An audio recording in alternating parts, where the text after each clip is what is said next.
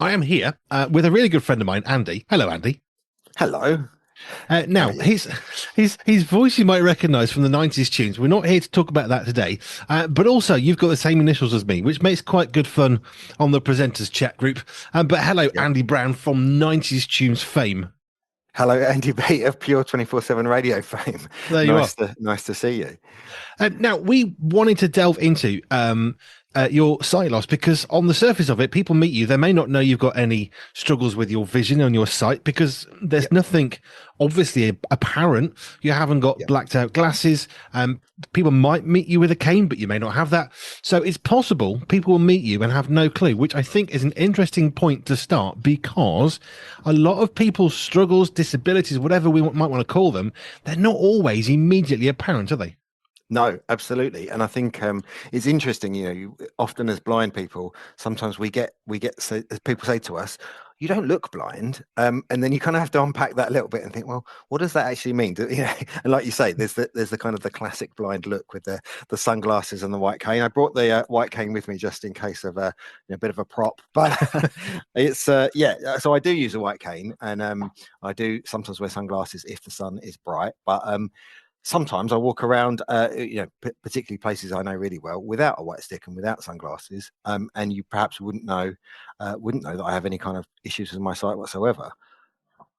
Which is a good reason why we shouldn't make this the sweeping assumption that yep they're fine or what's wrong with you. Another classic would be you see somebody parked in a disabled bay, they get out of the car and start walking. Well, you're not possibly disabled.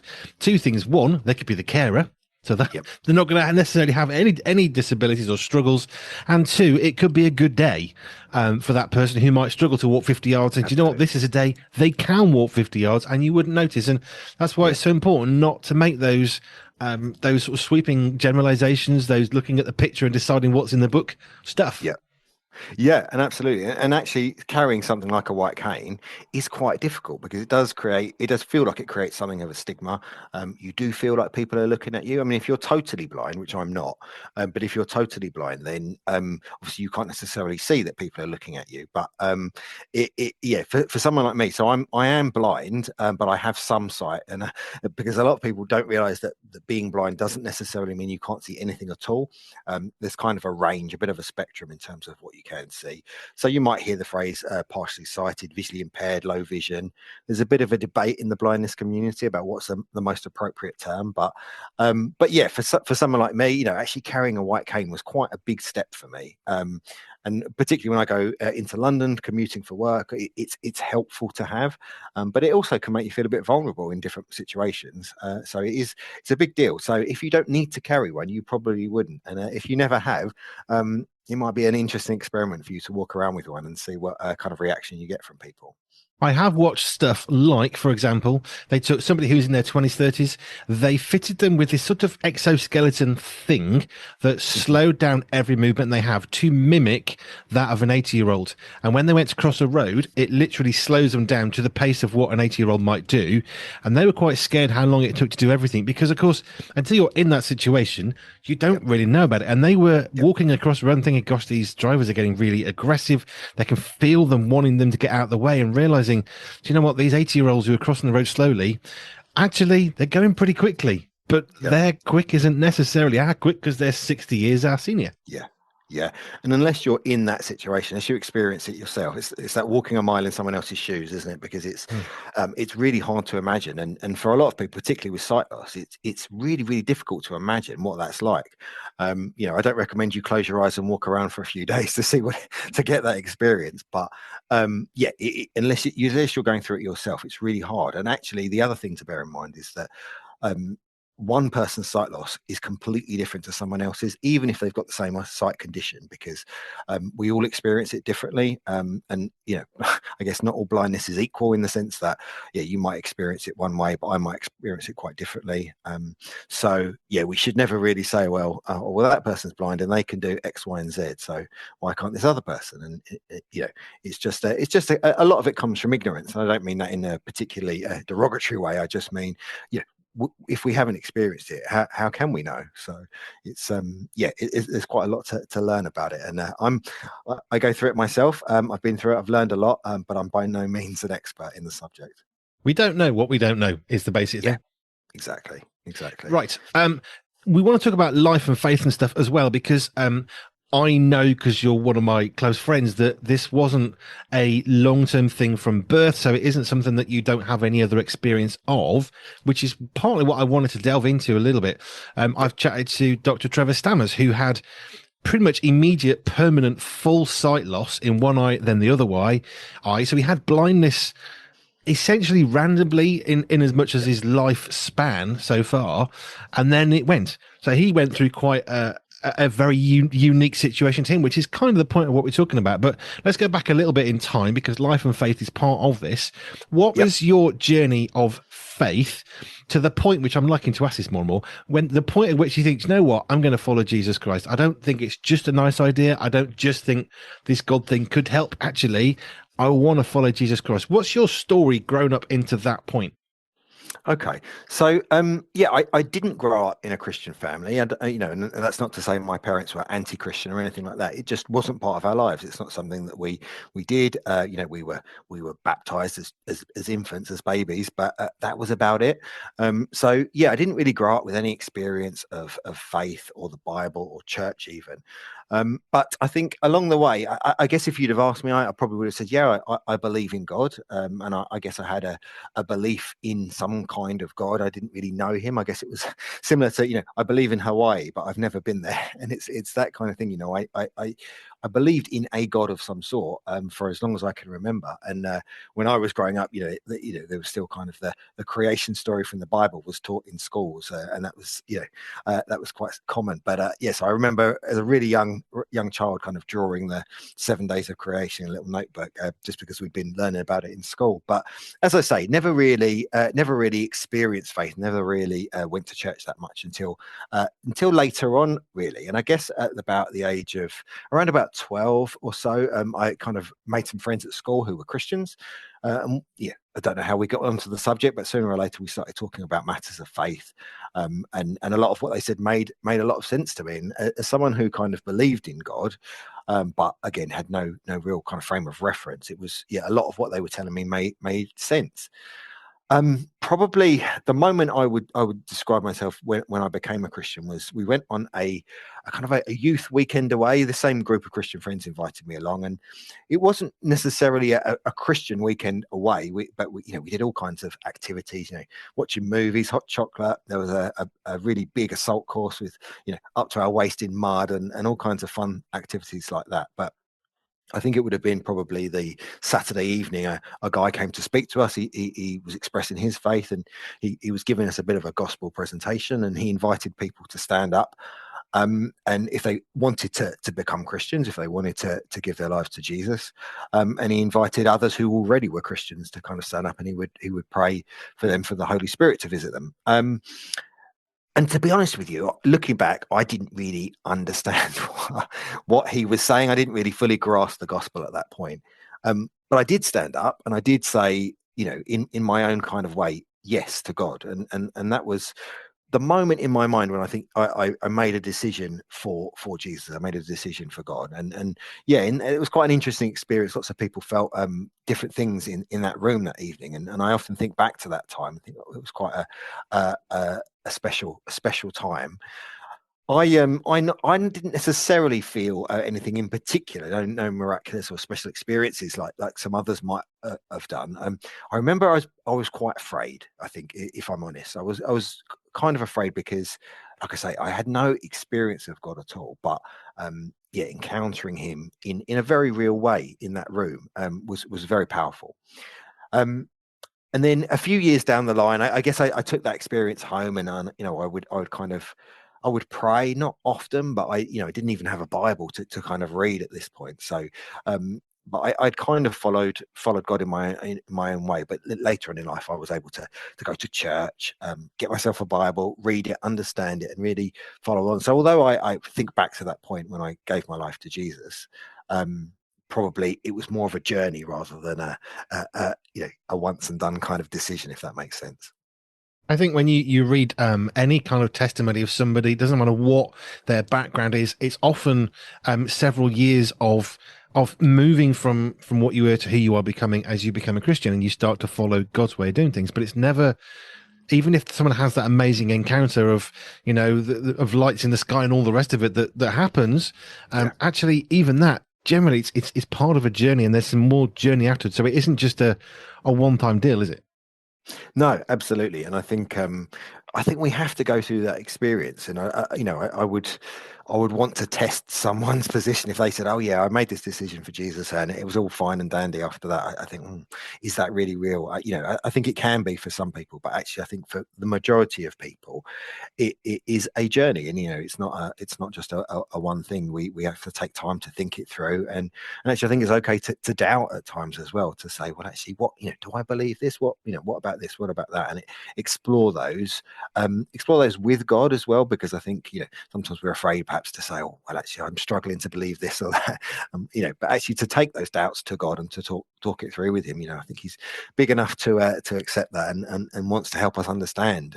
And I'd also say that my journey of faith wasn't necessarily a journey of feelings or emotions or experiences like that, but actually it was quite a lot of thinking stuff through. I'm kind of a bit of a thinker. I like to ask questions and ponder, and actually come to a very rational understanding of faith, because as I think about faith, it's the only thing, the faith in Jesus, and the way the Bible sets out creation, and the way the Bible sets out how as people have kind of um, fallen to sinfulness, and how Jesus has rescued us through his work at the cross. Thinking about all of that, it makes sense to me, and logical sense, and nothing else really does to me. So it isn't just a case of, I had an experience in a room one time, and therefore I believe in something supernatural, but it's much more logical than that, if that makes sense. Um, the other thing that I think was interesting is your faith story and your sight loss. You weren't born with what you now have. So how did you suddenly realize? I'm not seeing things. That something's off here. Yeah. So I guess when I was young, sort of 5, 6, that sort of age, I wore glasses, but a lot of children do. As our eyes kind of grow and adjust, that we need glasses to help us. But I guess at the age, and funny enough, sitting down for this interview is the first time I've kind of put two and two together, really. Bit slow, but at roughly the same sort of time, about the age of 12, I began to have some struggles at school. So seeing the board at the front of the classroom, reading the textbooks, became a bit more and more difficult as time went on. I had to sit closer and closer to the board, moving nearer the front, and it became quite difficult. And so we went to the opticians. They referred us to the hospital. They had some ideas, did some tests about what it might be. And I was eventually referred to Moorfields Eye Hospital in London, very famous eye hospital in London. And I went there quite a bit, doing various tests, some of them quite unpleasant. I remember one time having a bright yellow dye being injected, and then they would try and take photos of the back of the eye so they could see what was going on. Also, I remember a time when I had to have electrodes put on my eyeballs to test the electrical activity in my eye while they did various tests, and that was quite unpleasant. I think it's fair to describe it that way. But I was eventually diagnosed with something called macular dystrophy. It's a genetic condition. So in a way, I was born with it because it was in my genes, but it didn't kind of appear until my teenage years. Um, I guess there's never a good time to lose your sight, but teenage years is particularly hard for most people anyway. But to lose your sight on top of that, makes it quite challenging. Um, so yeah, in case anyone's not familiar, so there's a condition called AMD, which might be more common. It's age-related macular degeneration. It's where the sun damages the back of the retina, and people tend to get this loss of central vision. Mine's very similar to that in terms of, I've lost my central vision, but the cause is not the sun. It's a genetic cause that leads to the macula in the back of the eye as part of the retina to slowly die off. So I've got kind of a massive blind spot in the middle of my vision, really. So I'm looking at the camera now, but I can't actually see the camera. I can see everything around it, but yeah, so it kind of presents that way. So yeah, quite a difficult experience. I mean, I guess that the good thing about it is that it slowly deteriorated over time, which gave me plenty of time to adjust to it. As you say, some people lose their sight in an instant, perhaps because of an accident or an illness that strikes them, and that must be incredibly hard to adjust overnight. To opening your eyes one morning and finding that you can't see, that must be a terrible trauma for people. So although it was no fun to lose my sight in the way that I did, to do it slowly over time meant that I could adjust to it.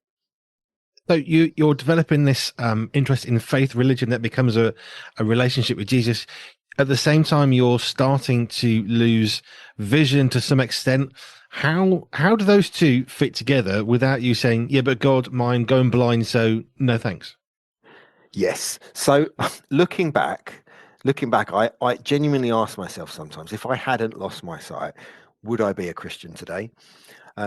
And I can only conclude the answer to that is no. And I can't prove that. There's no way to test that out, of course. But that is certainly my sense. And as I say, my interest in faith and interacting with these kind of Christian friends at school partly became about, I guess, because of losing my sight and moving around the classroom and sitting with them and them actually being willing to help me in a classroom setting, was really important to my faith journey. And I perhaps didn't recognize it at the time, but seeing them being willing to help me, and actually having my faith and learning to cope with my sight loss, my faith was incredibly helpful to that, because I could pray and I could ask God to help me, and when things got really difficult, I could talk to him about it.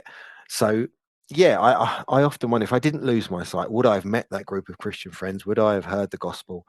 These are all kind of ifs and buts and whatevers, but yeah, it certainly feels to me like there's a chance that I would never have found my way to Jesus, not if I hadn't lost my sight. It's interesting because I think the immediate reaction is, well, you're starting to come to faith, you're losing your sight, you've lost a finger, you've lost a leg. Well, that's it. You're going to turn your back on God. God's failed you, he's let you down. Why are you punishing me? Shouldn't have suffering, so I don't want to be a Christian. I met a guy who lost multiple fingers in a tragic accident. And he says, if I had not had that tragic accident, if I had not lost my fingers, there's no way I'd have ever turned to Jesus, because I was in such a mess. I would have never surrendered my own pride and whatever to actually look to God for the source of healing. Not that his fingers grew back, but the sort of the trauma inside. But I'm guessing that's a similar sort of thing for you, that you're losing Yeah. your sight, but actually it didn't repel you from God, actually it pulled you towards him.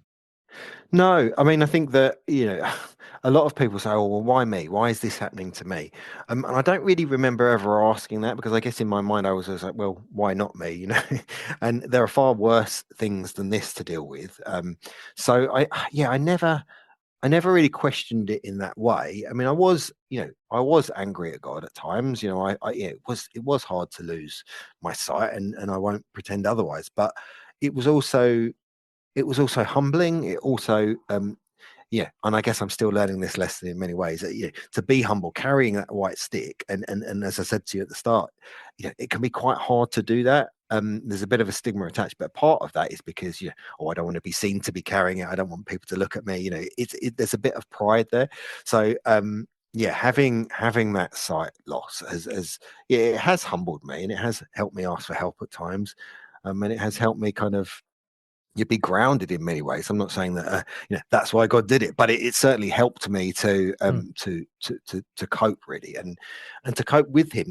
And to pray about the things that I'm facing and the struggles that I'm having, and not just the difficulties of finding this place that I'm going to, or walking down the street and not tripping over a bin, or whatever it might be, but also um, coping with sight loss throughout life. Yeah, and I think, obviously I talked about my school life, grew up, got a job, but probably at some point along the journey, I believed that actually someone who was blind probably isn't going to have as good a life as somebody else, and it probably knocked my confidence. And I still wrestle with that today, if I'm honest. I've got a good career. I've really enjoyed my work so far. I've progressed well. I've got wife, family, do lots of different things. So I've got an amazing life. But there's still part of me that's lacks that bit of confidence. Still don't quite believe myself the way that others might. And it's a constant battle, and it is grounding. It is humbling. But it's also, I progress through that with God, and through that journey. So it's it can be tough at times. It can be. Moving just right to sort of present day, you've got a Yep. wife and children. How do you find navigating life with your wife and children who clearly know that you can't see like other people might? How do you find navigating that with going to church or going to the supermarket? Do your children kind of defend around you? I mean, I sort of how does it work? Just normal day to day stuff. Yeah, it's hard to explain, I guess, because it's normal to me, I suppose, and they don't know any different. They don't know, what it would be like to have a dad who's fully sighted. So they are great. They do help. They forget sometimes, like everybody else, what children can be like, and leaving Lego on the floor, not great for me. Treading on it, tripping over things, and that can be frustrating at times. Um, but yeah, I mean, I think that try my best to cope with it as I can, and they see me, doing that, and I think as well it's important that they are there to help me. But I also I think it's important that they learn teamwork, that they learn that okay, there are certain things that I can't do. I can't drive them to their clubs or whatever it might be. I can't do certain things, but there are other things that I can't do. And actually, one of the things that I've always made me quite sad was kind of reading stories to them at bedtime when they were really young, and finding that quite difficult. But I found a way around that by making up stories and using my imagination, and they loved that. So I was able to do those kind of things as well. But I think it's important that they learn that in life they will meet people who have different situations going on, different maybe disabilities, maybe other things in life, and just learning to operate as a team and play into our strengths. But I also don't want them to necessarily feel or carry the burden of my sight loss. So there's a bit of a balance, if that makes sense. No, it does.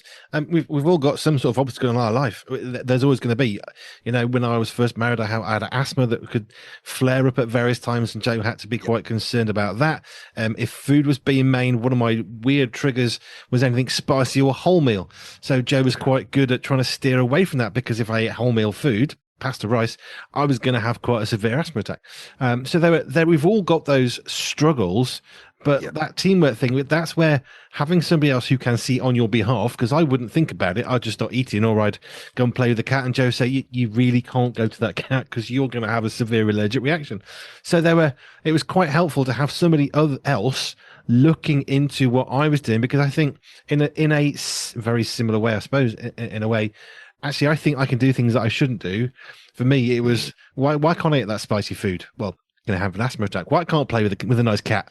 Because I'm going to have a severe allergic reaction. And it's that sort of stuff where having somebody else who can say, no, no, no, you really shouldn't. It helps, doesn't it?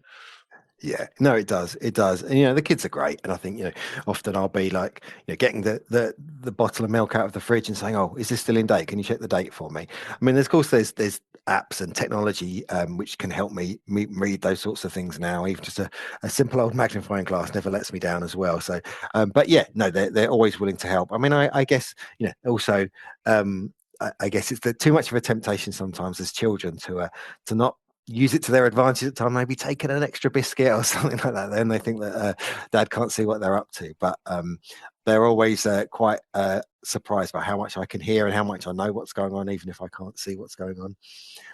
So yeah, it's good. There's fun things as well. So if your kids are listening, be careful, because he might not be able to see you, but he can hear you. He can 100%. sense you in the room. Yeah. Let's go to work then.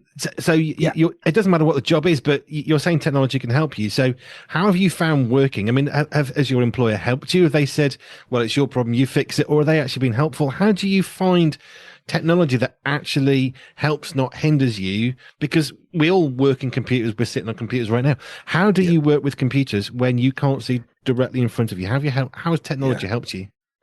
So technology is amazing these days, and it's come a long, long way. So when I first started my career about 20 years ago, I I guess I took a job that was local to me, partly because of the commuting. I didn't really want to, I imagined I couldn't travel into different places on my own. I couldn't travel into London on my own.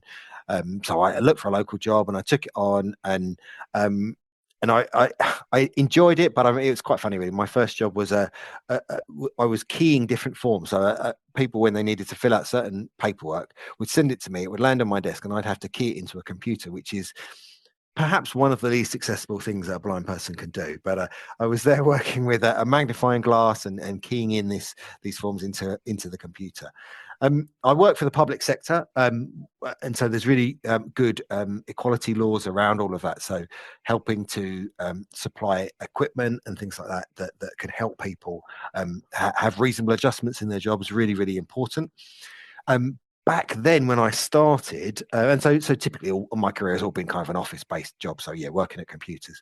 But back when I started, a typical computer wasn't especially accessible, and accessibility wasn't really even a thing that they thought that much about. So I'd have to, we as an organization, or me at home as an individual, would have to buy additional software which would zoom into the screen, or a screen reader that would read out what's on the screen to you to make it work. Um, these days, it's very, very different. So I could sit down now at pretty much any computer, and trigger accessibility features that are built into it to make it work. Or it might not be perfect. Sometimes there's value in buying these extra specialist pieces of software or equipment, but typically now, yeah, the equipment comes with accessibility built in. Windows or Apple machines or whatever computer you prefer, you have got all these kind of features that are already built into the software. You just have to know how to turn them on. And yeah, particularly things like smartphones as well. A piece of glass, no buttons, nothing you can touch or feel, for a blind person was horrendous when it came out. And of course, you remember the old fashioned mobile phones with actually tactile buttons you could feel, Yeah. and blind people would use those. But yeah, when smartphones came along, it sort of changed the game. But thankfully, some smart cookie somewhere invented speech software that would enable you to touch the screen on the smartphone. It would read out to you what was on the screen, and you could touch it and double tap it to make it activate. So essentially now I can use a regular computer, a regular smartphone, turn on the accessibility features, and I can do these things, and read my email, send messages, work on spreadsheets, whatever it might be that I'm doing, much as anyone else can. A little bit differently. I have to squint and put my face right close to the screen to be able to see it. But yeah, generally it's come an awful long way, and that technology has made an incredible difference. And with the invention of AI and all these new apps on smartphones, you can do so much now that you couldn't even imagine doing, even 10 years ago, let alone today. So it's come an awful long way. Cool. So they've just been given their first diagnosis from a doctor, basically saying you're going to lose your sight. Whether it's 50%, 80%, 100% Yeah. sight loss. What's your advice? How do you, as somebody who's navigated this from the age of 10, 12 years old, Yeah. how do you help them not just sit in terror and thinking that's the end of my life? Yeah, it is. Yeah, losing your sight is traumatic. There's no two ways about it, and it is hard. And I think I would say to someone, look, there are going to be tough days ahead. There are going to be hard things that you're going to have to face, and you're going to have to find new ways of doing things. And I think that I'd probably say a couple of things. Firstly, I'd say, give yourself time to grieve, because we need to grieve. It is a loss. We call it sight loss for a reason. And it is a loss because it changes everything that you do, everything from making a cup of tea through to, your job, your career, walking your children down the aisle. And if you've got, that's something that my wife and I and our family, I think, one day I might walk one of my children down the aisle, and that's that's going to be quite tough. Am I going to be able to see what I'm doing? Am I going to be able to see my daughter in her wedding dress? These are all things that you start to think about, and that are losses. And you genuinely have to grieve them, and that can take time. So I would certainly encourage people to give themselves time. But I think I'd also say don't lose hope, because there is so much technology available today, so much support, and there are ways that you can live. There are ways that you can do things, and it might feel hard, or it might require learning new skills. But I would encourage people not to lose hope. It isn't the end of the world. It is difficult. It's hard. It's a journey. Lots of things to learn. But you can still have a great life. And like I say, that when I grew up, at some point along the way, I convinced myself that perhaps I wouldn't have as good a life as somebody else because of my sight loss, but that is just untrue. It's just a lie, plain and simple. You can have an amazing life. It can be hard, and it can certainly be really isolating if you don't live with friends, if you don't live with family, if you're on your own. It can be really, really difficult. But there are a lot of organisations out there who can offer help and support. So give yourself time, give yourself space. And I think the other thing I mentioned about grieving your sight loss, I think as well, there will be different stages in life when you encounter new things, where you never even thought that having sight loss would affect it. But for example, I came to terms with my sight loss to a greater or lesser degree, and then I met my wife and we got married. And then she's fully sighted, so she too had to go through a bit of a grieving process as well, because I guess anyone grows up imagining what their future might be like, and of course having met me, having having sight loss, and that changes how life might go. So she had to come to terms with that, just like we've talked about my children coming to terms with that as well. So we're not kind of living in isolation, we're not islands, and it takes time for ourselves, but for other people as well, just to, to adjust and learn. But like I say, my underlying message is that, you can have a good life, you can have hope. So just learn those skills, talk to people, tell them how you're feeling, and get in touch with the organisations that can really help support you through that. People like Torch Trust, who I know we've spoken about between us. We were at their HQ not long ago. People like that will help you, regardless of what your sight loss may be for you, whether it's full loss, partial loss, whether it's perhaps you've got great vision, but your brain just isn't processing the information. There's a massive wide spectrum of stuff. But people like Torch Trust, who can help. I know when I spoke to Trevor Stammers, they were a lifeline for him. He met someone quite almost, I suppose, got instantly. But they gave him some aids because he suddenly went for how to make a cup of tea. I can't see the mug. I can't see the kettle. How do I not scald myself? Where, we can probably get a tea bag into a mug if we close our eyes, but boiling water into a cup and where your hand is, I can probably fairly accurately do it, but I wouldn't want to do it blind. And he had that, but his was, I think if I remember rightly, he knew he was probably going to get it back. He hoped, but it went from fully sighted to fully not. And that is quite traumatic, but there are things that will help you. Yeah. And I think if you, like I say, if you wake up one morning, open your eyes and you suddenly can't see, the panic and the fear you must feel in that moment, think, oh, how am I going to do, anything? Because, we grow up in a sighted world. Everything's set up to be sighted generally. And we do, we rely on our sight probably more so than any of our other senses. Maybe you can ask Angela Jackson about that, but, generally we rely on our sight massively. So even simple tasks, like you say, making a cup of tea, to do without sight suddenly becomes a real challenge. But I would say that actually, chances are you're not the first person in the world to lose their sight. So you can talk to people who have gone ahead of you and say, well, actually, there is a level cup indicator, which is a little device you can put in your cup and it will beep when the water gets to the top of the cup. Now, if you're not blind and have no experience of sight loss, you've not even thought of such a little device, but just something as simple as that can allow you to make that cup of tea. And as I say, but you only know what you know. If you've never encountered sight loss before, you'll have never heard of any devices that can make things like that work for you. So if anyone finds themselves in that situation, do reach out to there's a number of charities around that can help support you and can help coach you through doing life in a different way. And that's how I see it, really. It's not that I live less life, I just live it differently.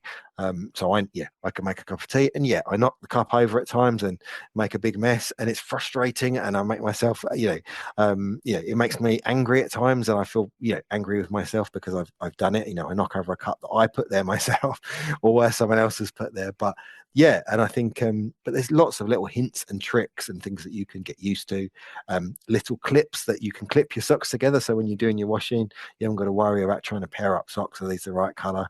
Do these match? I've got a glass of water here, but it's not clear glass, it's green glass, so it's easier to see. Just little things like that you wouldn't necessarily think of until you're in that situation. And others who've gone before you, chances are, will have thought of something that can make it easier, or make it, enable you to do it. So yeah, don't yeah, I'd really encourage people not to panic. It's easy to say, but you can do things, and you can learn how to operate in a different way.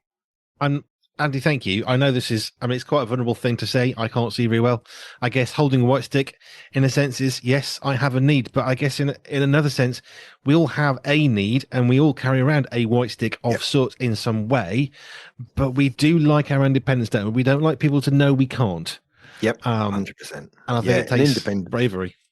Yeah, well, thank you. No, it does, and I think I listen to podcasts with blind people, and they talk about their own experiences, and it's amazing how often you hear the same kinds of stories. When I first started, it took a lot for me to use the white cane first of all, and then when I would get home, when I turned into my street, I pack it up and put it in my bag, so none of my neighbours saw me with it. These are the things that we do because we don't want to be seen to be having to use a white cane, and I use it more so to let other people know that I might not be able to see so well, rather than for my own navigation, because my sight is such that I can generally see enough to get around okay. But even so, if there's ice on the floor, or a sign or something that I wasn't expecting, the cane gives me that kind of a warning. But it does, like you say, we want independence, but and a level of independence is good, but actually, we're all dependent on each other in one way or another. So, yeah, it's learning to work together. Like, it's that teamwork thing again, isn't it? And I'm always, I was always quite terrified going into London on my own with a white stick, thinking, oh, well, what if I get lost? What if this? What if that? But I was really surprised, and maybe I shouldn't have been. Maybe I haven't got enough faith in people, but I was really surprised that actually quite often someone will come up to me and say, do you need any help? Can I offer you any assistance? Just members of the public, not necessarily staff or police officers or anything like that, although they do too. But just general members of the public. Do you need a hand? Can I do anything to help you? And that does restore your faith in people, because it's great to see that. Fab. Andy, thank you. I think we have to just very briefly touch on 90s tunes, the highlight of your life, regardless of what Absolutely. Alpha has gone on. Yeah. Love to Helen, but 90s tunes. How have you found that? Because you came from never doing radio to doing it. It's a brilliant show, and if anybody listened, they would have no concept that you couldn't see, which is Yep. kind of the point about something you've said, and we said at the start, and I touched on it a little bit. It isn't necessarily obvious. Absolutely. Yeah. So I mean, again, because I've learned to use a computer in my way now, with a magnifier, screen readers, and all kinds of things like that. I can get around technology quite well. The software we use for the radio station, I can use the magnifier on the laptop, and I can use it that way. I do have a little bit of an issue where, if I'm trying to watch the time, in terms of how long I've got left in terms of a segment, and I lean in a bit too close, I headbutt the microphone, which can be not a pleasant sound for the listener. But yeah, the good thing about, obviously, it's just learning to operate that software and learning to do it my way. But yeah, I mean, I guess for me, um, it's talking and it's clicking a button to start and stop doing that, really. So I don't mean to make it sound easy, because I know there's a lot that goes into it. But yeah, using the software, using the technology that lets me zoom in and see what I'm doing, and adjusting the sound and all kinds of things like that make that possible. So yeah, and like I say, I try not to, I don't hide my problems with my site, but I also try not to make it the central thing. In many ways, sight loss can define you as a person, and perhaps it shouldn't. But when people see you walking down the street with a white cane, it's what they think. But like I say, people don't listen to 90s tunes because I'm blind. They listen to 90s tunes, hopefully, because of the music and the content and the entertainment. So like I say, I don't refuse to talk about my blindness on air, but it also doesn't always come up. So yeah, they wouldn't necessarily know that that's the case. I guess you could say that yes, it has defined something of who you are, but it doesn't define all of who you are. Yeah, yeah. That's absolutely right. And like I say, the the sense of humility that it's created in me sometimes, and needing to ask for help when I really didn't want to, and these are all things that play into our character. And I guess we're all a product of the journey that we've been on. So what kind of a person would we be if we hadn't gone through certain things? And it's a question we can't know. But yeah, it is certainly the sight loss is an important part of my life. And if people were to ask me about my life story, I would clearly need to mention it to give it context. But yeah, like you say, it isn't necessarily the central thing, but it certainly plays. It has a huge impact in my life. There's no two ways about it. Andy Brown, thank you for sharing some of that, your life, your faith, You're very and welcome. how you've navigated life with losing sight, which I think for most people is probably one of their worst nightmares. Things that we don't want to ever happen. Losing our sight's probably high up on the list, and yet you've done it with grace and you've got through it, and it's been hard, but you've still come through that. And we're very grateful for you on Pure with 90s Tunes, because it's great, and it's a real example of, do you know what? Sight loss doesn't have to define what you can achieve. You can even be a presenter on Pure 24/7 radio. Absolutely, the pinnacle. No, thank you very much. It's been really good to share my story, and I hope it's if anyone's listening who's going through sight loss, then I really hope that this has encouraged them to know that anything's possible almost. And it is hard, and it will take some adjustment, but there is hope as well, and that's really the central message of what I wanted to get across today. So I hope I've done that. Very much so. Andy Brown, thank you. Thank you. Did you know Pure 24/7 Radio has a shop? Well, we do. You can buy merchandise while supporting the work that we do here. Simply head over to www.pure247radio.org/shop. That's www.pure247radio.org/shop.